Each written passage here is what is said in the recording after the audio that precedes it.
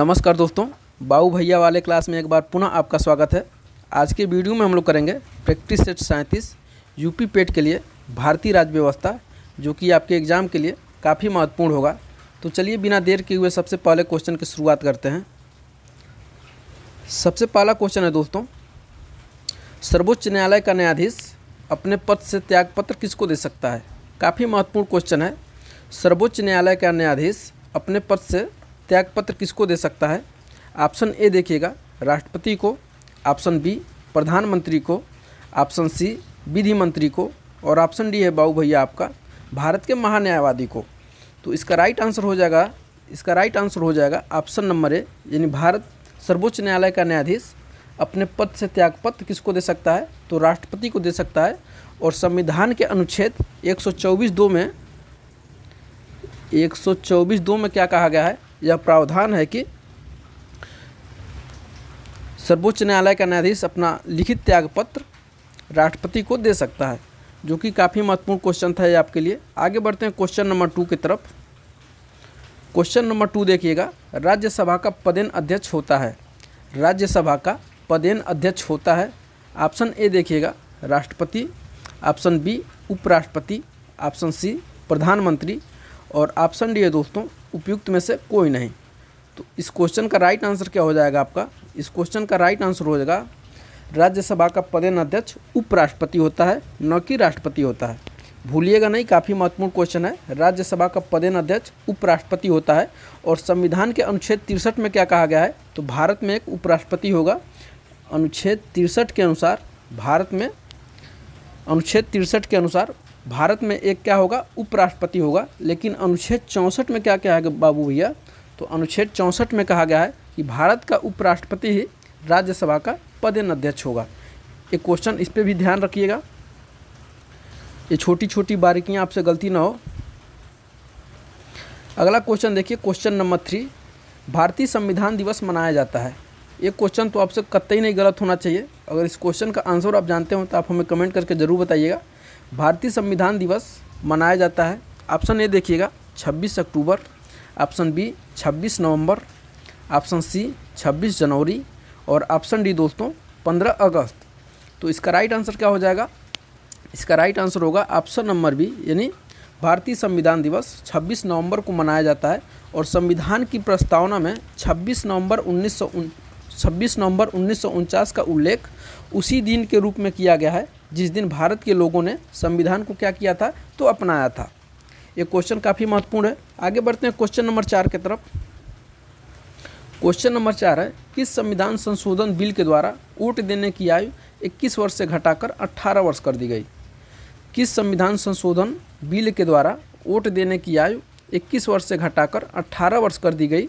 Option A देखिएगा, 48वां संविधान संशोधन। ऑप्शन बी, 57वां संविधान संशोधन। ऑप्शन सी, 61वां संविधान संशोधन। और ऑप्शन नंबर डी है बाबू भैया आपका, 63वां संविधान संशोधन। तो इसका राइट आंसर हो जाएगा ऑप्शन नंबर सी, यानी 61वां संविधान संशोधन के द्वारा वोट देने की आयु 21 वर्ष से घटा करके 18 वर्ष कर दी गई। आगे बढ़ते हैं क्वेश्चन नंबर 5 की तरफ। क्वेश्चन नंबर 5 देखिएगा, यदि राष्ट्रपति एवं उपराष्ट्रपति का पद खाली हो तो भारत के उपराष्ट्रपति के पद पर कौन होता है? क्वेश्चन में आपसे पूछा जा रहा है, यदि एक साथ भारत में राष्ट्रपति भी ना हो और उपराष्ट्रपति भी ना हो तो उस राष्ट्रपति के जगह पर, यानी राष्ट्रपति के पद पर कौन बैठेगा? ऑप्शन ए देखिएगा, प्रधानमंत्री। ऑप्शन बी, भारत का मुख्य न्यायाधीश। ऑप्शन सी, लोकसभा अध्यक्ष। और ऑप्शन डी है, इनमें से कोई नहीं। तो इसका राइट आंसर क्या होगा? आप हमें कमेंट करके ज़रूर बताइएगा। लेकिन फिलहाल हम तो यहाँ पे बता ही रहे हैं आपको। इसका राइट आंसर हो जाएगा ऑप्शन नंबर बी, यानी राष्ट्रपति और उपराष्ट्रपति का पद दोनों एक साथ खाली रहे किसी आकस्मिक परिस्थिति में, तो उसका राष्ट्रपति के पद पर कौन बैठेगा? तो भारत का मुख्य न्यायाधीश बैठेगा। यह बात कहाँ बताया गया है? तो संविधान के अनुच्छेद 70 में कहा गया है। संविधान के अनुच्छेद 70 में कहा गया है। आगे बढ़ते हैं क्वेश्चन नंबर 6 की तरफ। क्वेश्चन नंबर 6 देखिएगा, पंचायती राज का चुनाव कराने हेतु निर्णय किसके द्वारा लिया जाता है? पंचायती राज का चुनाव कराने हेतु निर्णय किसके द्वारा लिया जाता है? ऑप्शन ए है, केंद्र सरकार के द्वारा। ऑप्शन बी, राज्य सरकार द्वारा। ऑप्शन सी जिला न्यायाधीश और ऑप्शन डी चुनाव आयोग। ये क्वेश्चन काफ़ी महत्वपूर्ण है और कितने बाबू भैया तो हमारे मार देंगे चुनाव आयोग, लेकिन चुनाव आयोग क्या हो जाएगा तो गलत हो जाएगा चुनाव आयोग, और इसका राइट आंसर क्या हो जाएगा राज्य सरकार। इसका राइट आंसर क्या हो जाएगा राज्य सरकार, भूलिएगा नहीं। आगे बढ़ते हैं क्वेश्चन नंबर 7 की तरफ। क्वेश्चन नंबर 7 है, निम्नलिखित में से किस संविधान संशोधन अधिनियम को लघु संविधान कहा जाता है? निम्नलिखित में से किस संविधान संशोधन अधिनियम को लघु संविधान कहा जाता है? ऑप्शन ए है 42वां संविधान संशोधन, ऑप्शन बी 44वां संविधान संशोधन, ऑप्शन सी 46वां संविधान संशोधन और ऑप्शन डी 50वां संविधान संशोधन।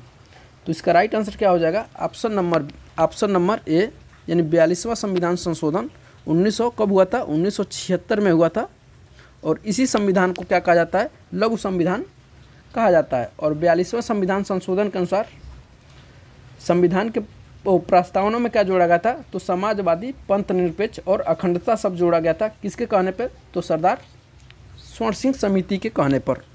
आगे बढ़ते हैं क्वेश्चन नंबर 8 की तरफ। क्वेश्चन नंबर 8 है, राज्यसभा के सदस्य चुने जाते हैं। राज्यसभा के सदस्य चुने जाते हैं। ऑप्शन ए देखिएगा 4 वर्ष के लिए, ऑप्शन बी 5 वर्ष के लिए, ऑप्शन सी 6 वर्ष के लिए और ऑप्शन डी आजीवन। तो इसका राइट आंसर क्या हो जाएगा? इसका राइट आंसर हो जाएगा ऑप्शन नंबर सी, यानी राज्यसभा का सदस्य कितने वर्ष के लिए चुने जाते हैं तो 6 वर्ष के लिए चुने जाते हैं।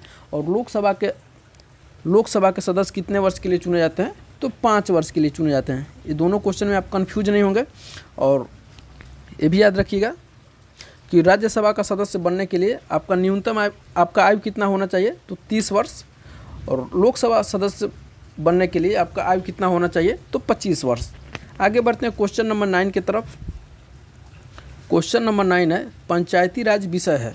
पंचायती राज विषय है, किसका विषय है? ऑप्शन में देखिए समवर्ती सूची पर, ऑप्शन बी केंद्र सूची पर, ऑप्शन सी राज्य सूची पर और ऑप्शन डी इनमें से कोई नहीं। तो इसका राइट आंसर क्या हो जाएगा? इसका राइट आंसर हो जाएगा ऑप्शन नंबर सी, यानी राज्य सूची का विषय है पंचायती राज, राज्य सूची पर विषय है। और पंचायती राज का वर्णन 7वीं अनुसूची के राज्य सूची में दी गई है।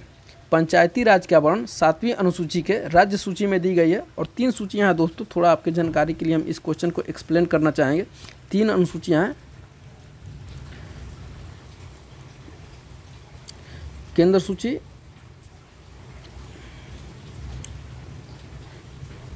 राज्य सूची और समवर्ती सूची। इतना ही से आप काम चला लीजिएगा। समवर्ती सूची, तो समवर्ती सूची पर कौन कानून बनाता है तो समवर्ती सूची पर दोनों कानून बनाते हैं, राज्य और केंद्र दोनों कानून बनाते हैं।